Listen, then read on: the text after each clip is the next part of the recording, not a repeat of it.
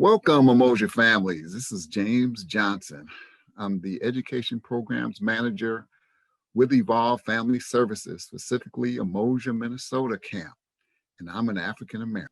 And I'm Emily Goodhue. I am Education Specialist with Emoji, Minnesota and Evolve. I identify as a white woman. All right, let's have a conversation, as this podcast is called Very Necessary Conversation. And to kick us off today, I wanted to start, James, by asking you, what has been your lived experience with the Black and Blue, with police? Interesting question. I have not, just to get it as a disclaimer, I haven't gotten any physical altercations or anything like that with police in my lifetime, but I have had some interactions. I watched a movie not too long ago called Black and Blue. And there was a Black police officer who grew up in the hood in the urban area, and she became a police officer. And once she left, her whole community turned against her because she thought that you are no longer Black, you are going to identify with the blue. And so when she was going into those communities with her white partner, who was racist, she would have to tell them to cut it out. That's not necessary. Don't do this. I think we can handle this better. And the Black people in the community just looked at her with just, eyes that were just could kill, just like, oh, you are a traitor. You are not one of us anymore. You're with that racist cop. And so they didn't trust her. And all along she was trying to help that person, that people in the community. She was always trying to make sure that they were treated fairly. And so she had a heck of a job trying to get them to treat her community fairly. And then she ended up having a confrontation with somebody she had grew up with and hadn't seen her in a long time. And she said, every day I get up and I go to work, I put my uniform on, then I come home, I take my uniform off. And she said, I'm Black. I can't take my Black off and I can't put my Black on. And so, but I'm always Black. I'm Black first, I'm a cop second, but that doesn't mean I'm still not going to uphold the law, but I'm going to make sure that it's, that everybody's treated fairly about it, and only to the necessary levels. But anyway, so the story goes on and on about that, but I thought that was an interesting dynamic, being Black and Blue. Growing up in South Minneapolis, I had, there was one Black cop in our area, and his name was Red. And every Black person would always say, if there was an issue that you need to call a cop, hold on, let's call Red. Because of, the fear, the distrust that we had for other white cops to come in to solve problems was an issue. And so we always was hesitant. I also worked in a group home that worked with African-American males in juvenile justice. And we were trained, and I was a director, so I was training people to make sure that you call the cops if this certain situations happen. Violent situations, they're harming themselves or others. And if it becomes, where people are going to be getting hurt or something like that, you have to call the police. Well, we all, including myself, we were all hesitant to do that. We're a little hesitant because the experience was, one time we called the police and they just was open season on one of our residents. And so they were just treating them just like, why are you, being so, we were stressed ourselves because we were dealing with some of his behaviors. But we didn't want you to mistreat him or, twist his arm and put Mm, handcuffs on them and, put them in a wow. headlock and all of this stuff. And it's like, my God, I should have never called you. Should have never Yeah. called you. And then they throw him in the back seat and he's Oh yelling and gosh. screaming. And it was just an ugly scene. It's like, oh, I And wish he's a we, child, right? yeah. And he was a teenager. And that was Wow. just like, okay, that's not good. And Mhm. then there was, a time when I was 18, I had picked up a bicycle from an old friend of mine. And I was riding down the street and then the cops pulled me over. And I was like, why are they pulling me over? They said, well, he said, where's your license? I said, it's right here on the bike. Now it wasn't my license. I thought it was my friend's license. He said, yeah, but let me run the license. I said, okay. And I waited and waited. And he says, oh, this bike was stolen. Mm, And it's like, okay, what do I need to do? He says, well, you got to get off the bike and we're going to take you to jail. And I was like, jail? Are you kidding me? oh. He said, yeah, we're going to take you to jail for this.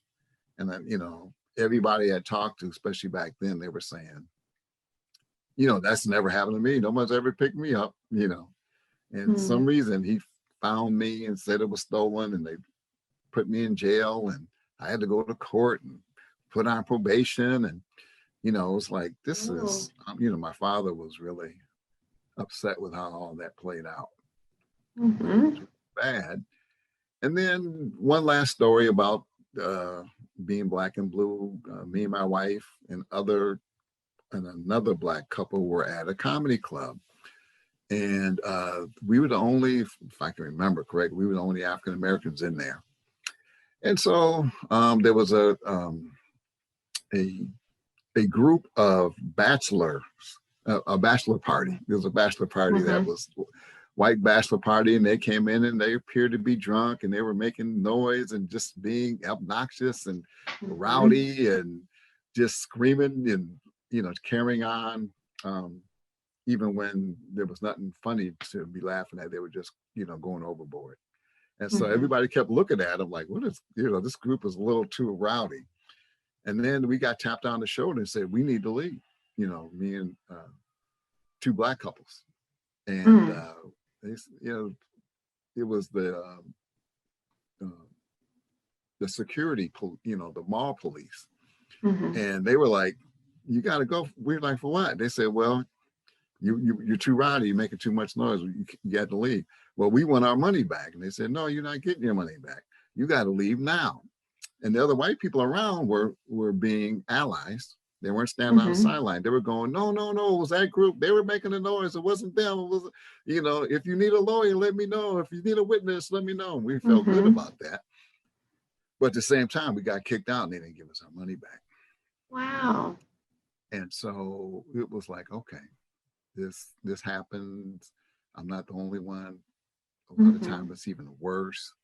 But our relationship with police, my relationship with police, growing up as a child, you make sure you call the black officer over here because Mm-hmm. we don't want any trouble, you know. So that is what's been happening with my experience. Thank you for sharing all that, James. I really appreciate how you look over your whole lifespan and notice that like cops have been a factor in your life throughout. And it's interesting to think back, like I don't have any memories of interacting with cops until I could drive and got pulled over for something. And that's just a really different experience of growing up as a white person instead of growing up as an African American person. Well, and I'll let you mention that too. Once when I was like 8 years old, I went into a Sears and there was a bolt I needed from my bicycle. And I looked around and I put it in my pocket and I walked out. Mm-hmm. And that security guard came running out and said, aha, I got you. And I was like, oh, okay, I'm sorry. And I gave him, he said, no, you're going to jail. But I'm only eight At years old. 8? Yeah, at 8 years old. He said, you're going to jail. You're going to jail. You're going to jail. And I was like, really? Okay. I said, I got to call my mom. And they said, Uh-huh. well, don't worry, we're going to call her. We're going to call her. And they had me in this holding room. And then my Wow. dad actually came and he had talked to him. And they said, well, we're going to let him go this time. And I was Yeah, just because like, he's 8. Yeah, here I was 8 and I was just like, you know, I shouldn't have stole that bolt I needed for my bike, but I did. And Right. they started threatening me with jail and, you dirty, rotten Wow. scoundrel kind of situation. So that was kind of like my first approach where they detained me Hmm. in the store because of that And and threatened me with jail. it's unreal that they would threaten an 8-year-old with jail. And I think about when I was little and definitely pocket stuff in a store Hmm. and no one was watching me. So no one noticed until we got to the car and I like pulled it out. My mom was like, "Excuse you?" and marched me back in there to say sorry. And they said, "Oh, that's okay." Like, well, she must have learned her lesson. Like that just is such a different assumption of, oh, well, she's a little white girl, so she's inherently good. So it was a mistake. And that's normal. Kids make mistakes. Instead of, Isn't that well, the you truth? just confirm my stereotypes. So now you're a bad kid, just like I thought you were. And you're going to jail at 8 years old. Mhm. Yeah, those are just, some experiences that I was thinking of. I got a question for you, though.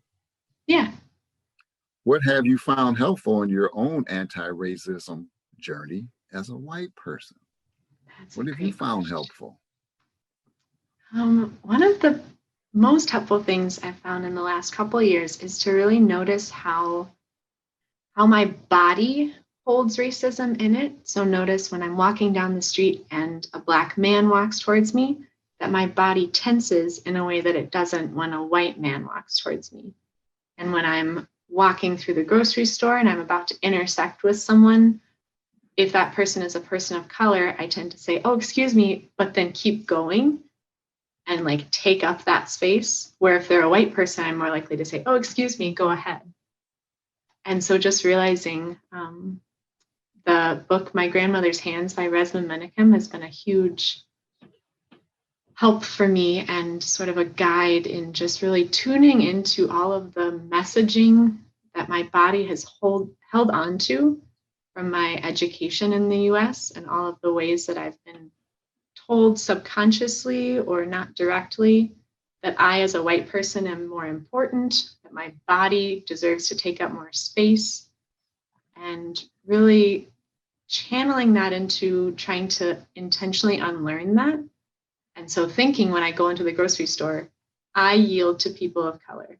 Their bodies deserve to walk, and my body deserves to wait. And it depends on the day as to how well it goes, but it's something I do every time I go into the store. And there's some days where it's like, yes, awesome. And every time it gets a little more natural for me to think about it.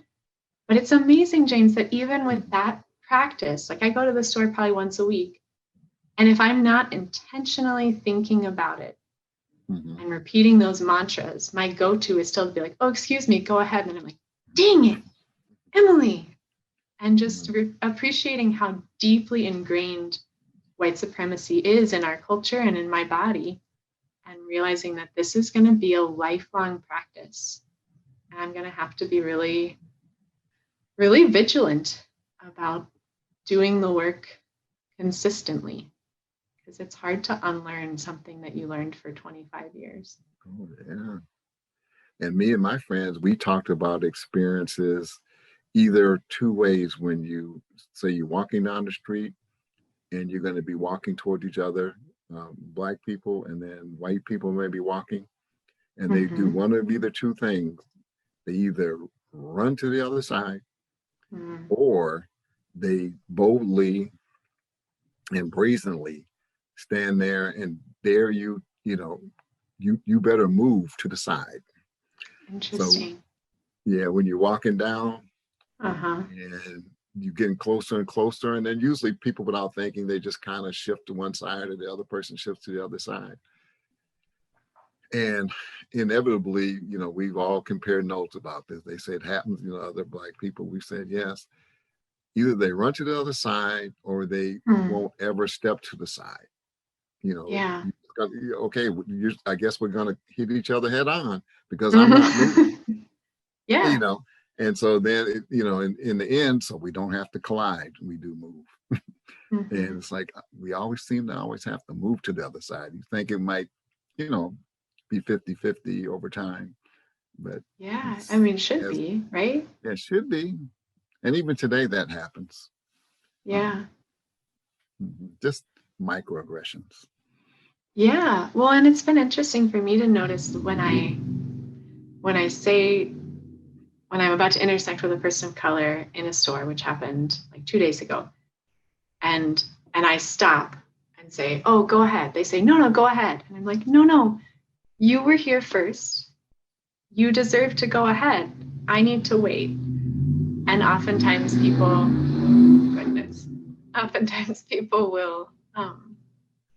will seem really surprised and sort of taken aback, and then sort of have this look of like, yeah, you know what, you're right.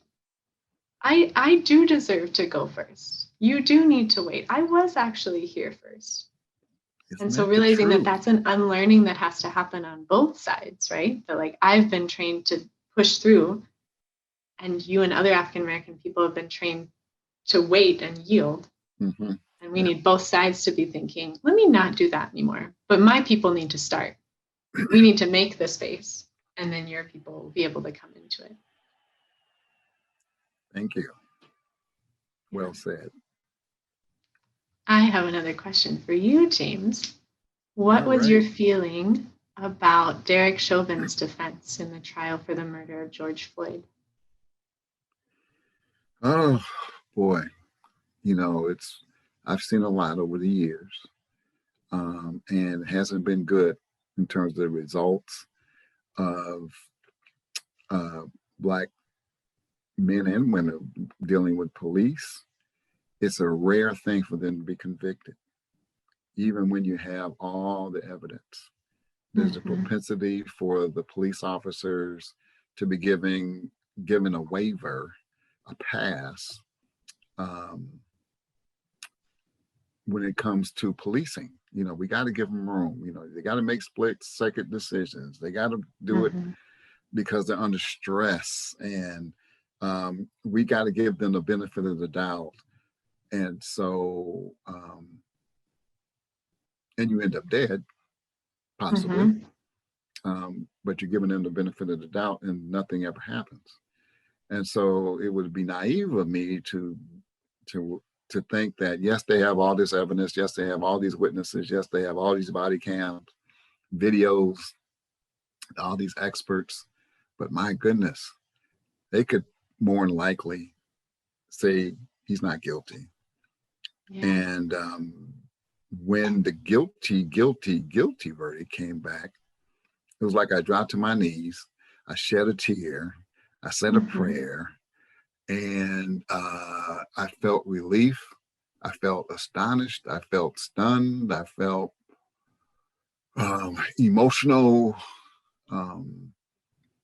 like a whole weight had come off, but the weight quickly jumps back on. But at the time, at that moment, it's like, yes, exhilarating. Yes. This has never happened in Minnesota, and it rarely happens in the nation. So this is a long time coming. It was just I was just able to reflect on historical precedents of police officers not being convicted, and don't get your hopes up.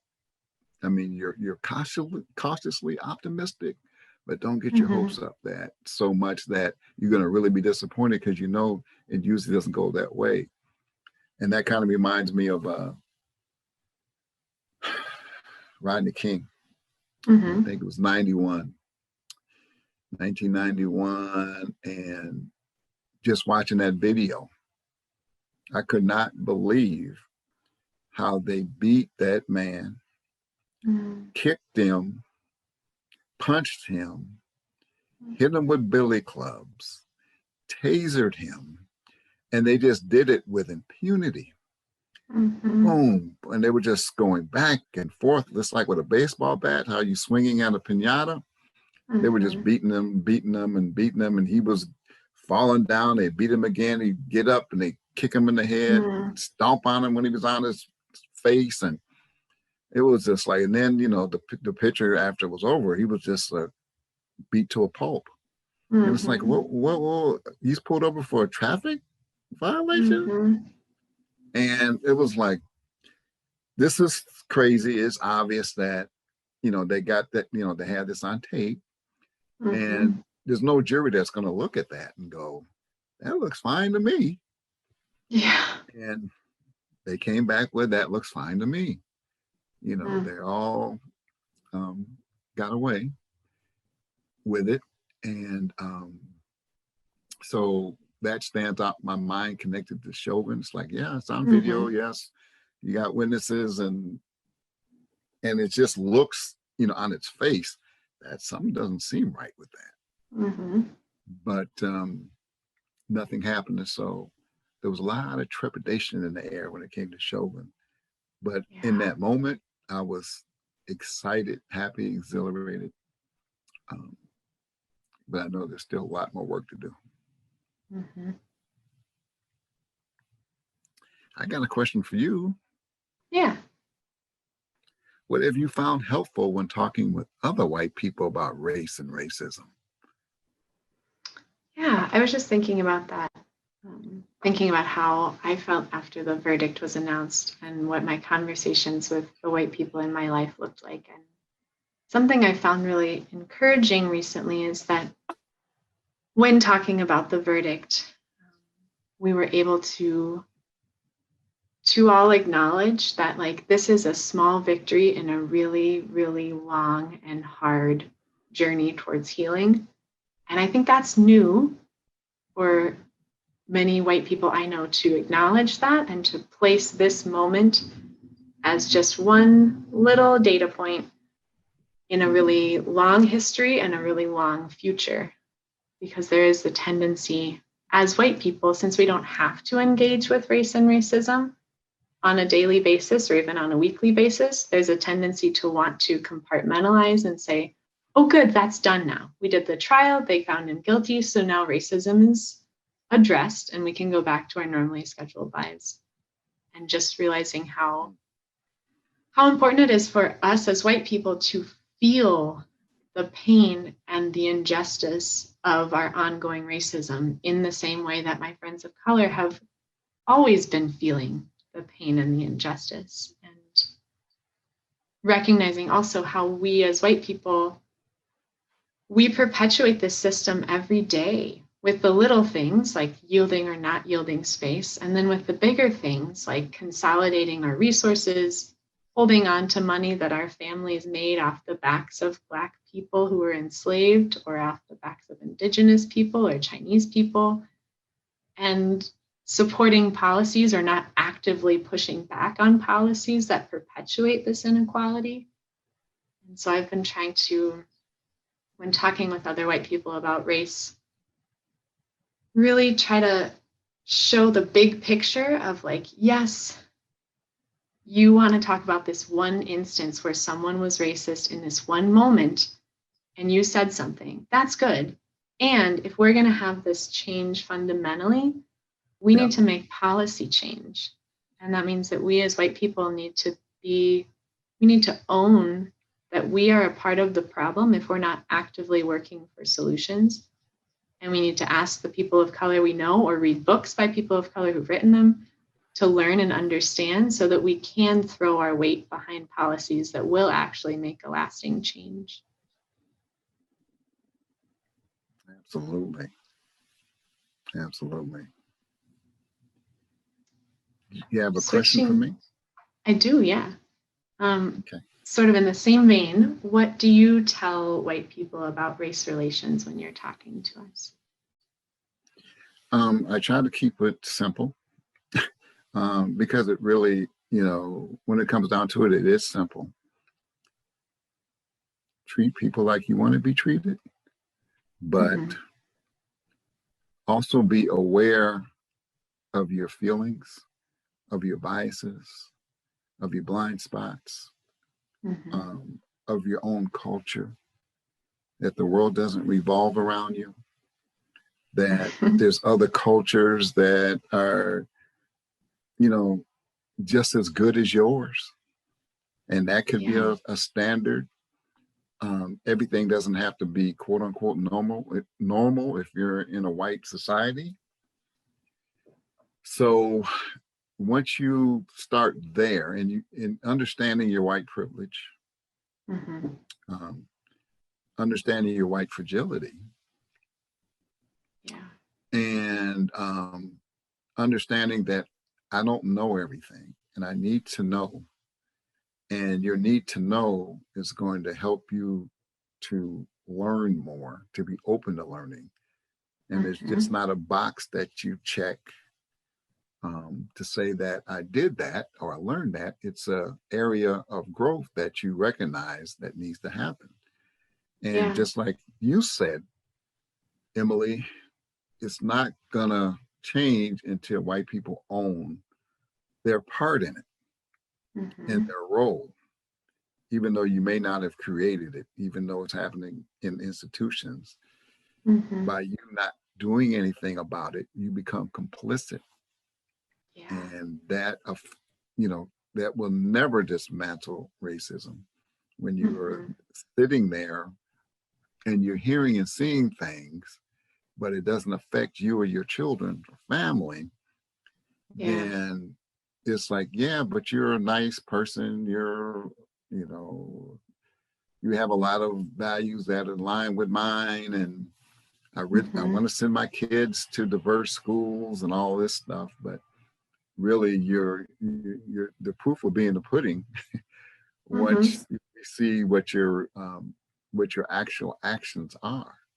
If you speak out, if you speak Yeah. up, if you recognize, if you acknowledge things that you see and hear, and or you start looking at statistics and you wondering about the disparities, and you're Hmm. not so quick to blame the victim of, well, that's what they get because that's how they live and that's how they act, and so they deserve what Yeah. they get.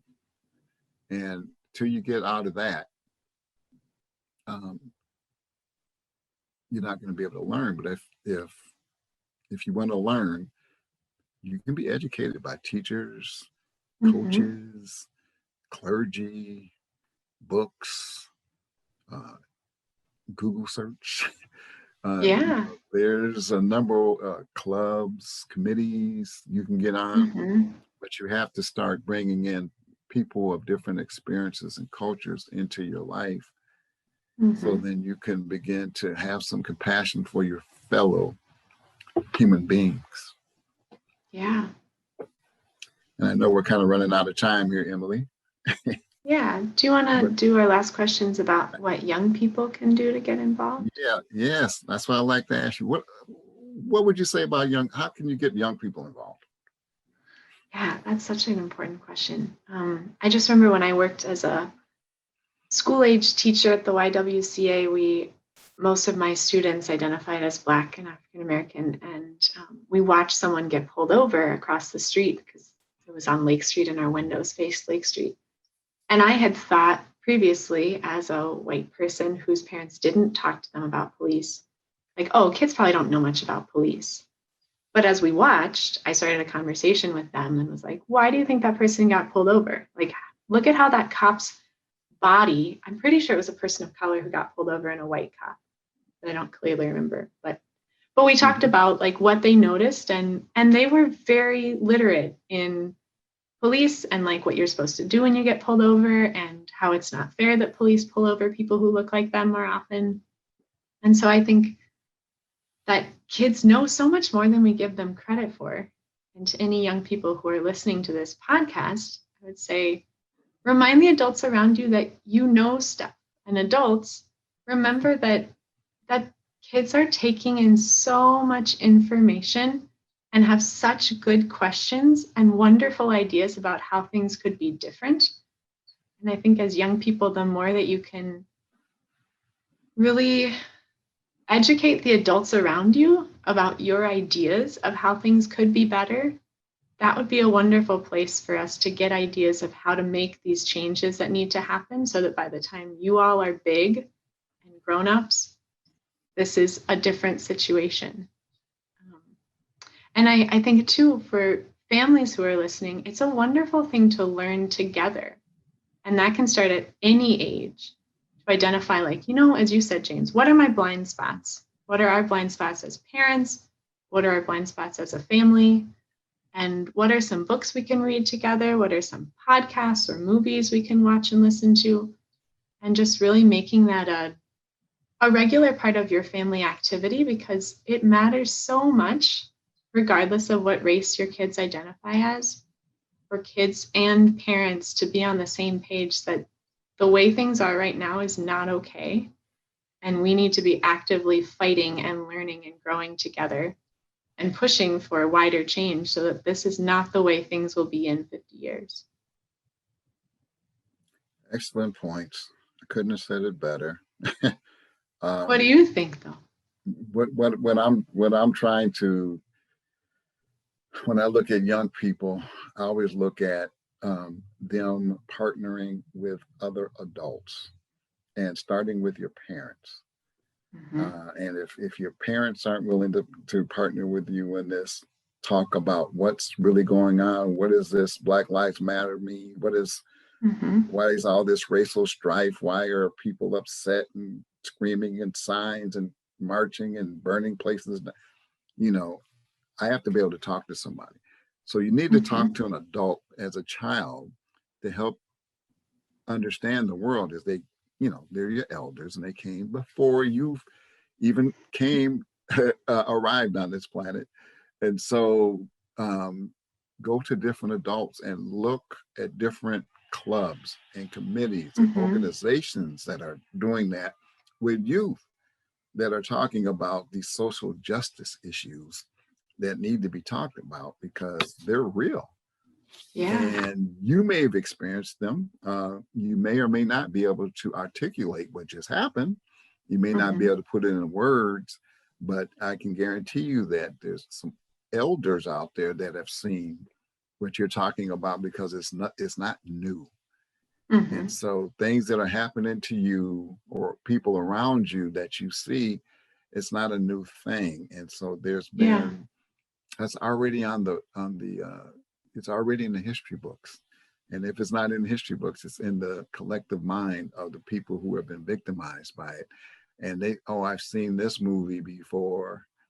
And so you need to be able to connect with others, and then connect with your peers. Bring your peers along with you and have them also, because you guys have a different perspective about what's going on from your own point of view.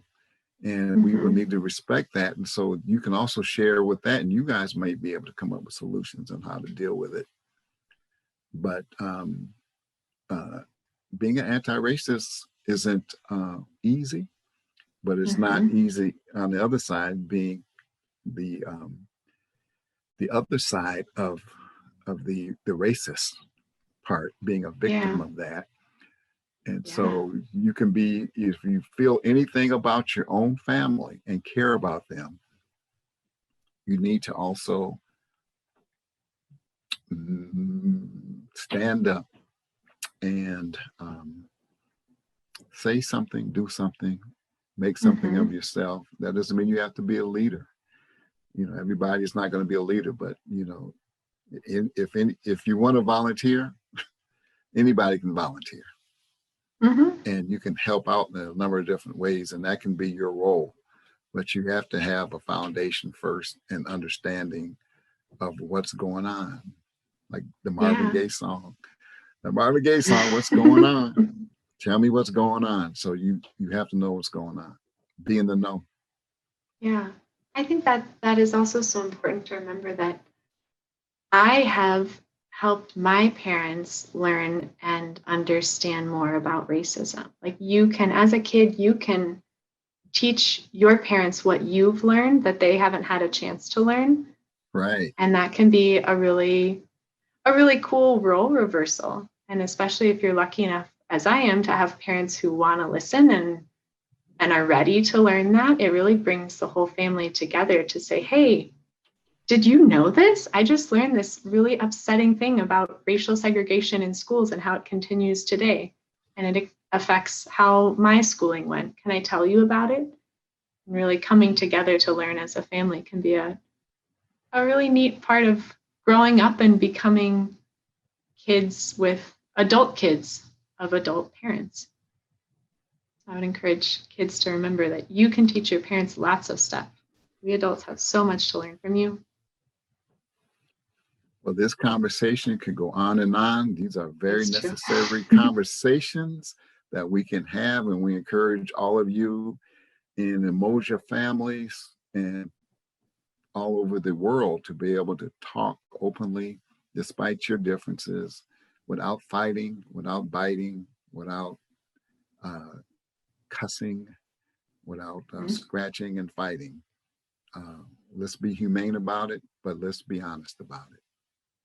Yeah, and we want to encourage people, if you're interested, to sign up for our upcoming camp. Our Umoja, Minnesota June camp will be June 11th through 13th. Our theme is Tell Me Who I Am, Free and Liberated, with 3 question marks, because we're going to be talking about the ways that African American people are liberated and free, and also all of the ways that we still have a lot of work to do to get to that goal. And you can find out more information and register on our website at umojamn.org. That's umojamn.org. Anything else, James? Thank you, Emily, and I appreciate it. This has been a very necessary conversation. Thank you, James.